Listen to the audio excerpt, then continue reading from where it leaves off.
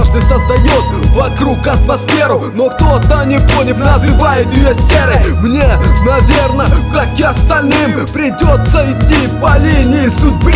А ведь были правы все те, кто говорили, что нельзя жить ошибками чужими. Большие расходы, жизнь возле касс заставляет не верить в блеф по много раз. Мы общались с теми, с кем взгляды совпадали, и голоса с музыкой звучания приобретали. Я думаю, то, что живя в России, мы должны определиться с собственным стилем.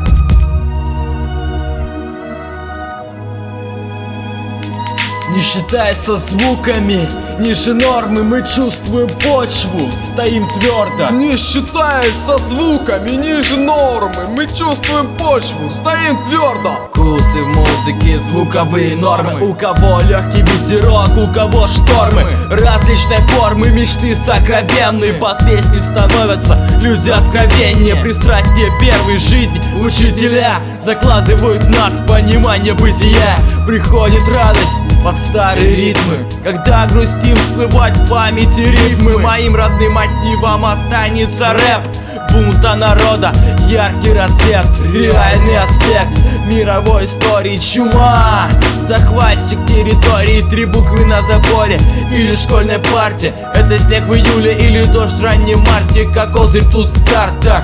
Непобедим, как горный орел, смелый, неукротим. И как вода необходим моему телу. А главное то, что рэп наше дело. Выражусь смело, не наносил я попсу. Всю эту срань послал подход псу, но не навязывал свое мнение другому. Каждый всегда сам выбирает свою дорогу. Мой рэп всегда со мной с самого детства. Сколько раз спасал меня он от разных бедствий. Проходил с ним преграды, поборол вредные привычки, залечил свои раны, полученные в стычках. Герой я без кавычек, рэп для меня, так как внушил мне веру в себя. И буду помнить я всегда, даже когда постарею, что норму звука свою давно имею.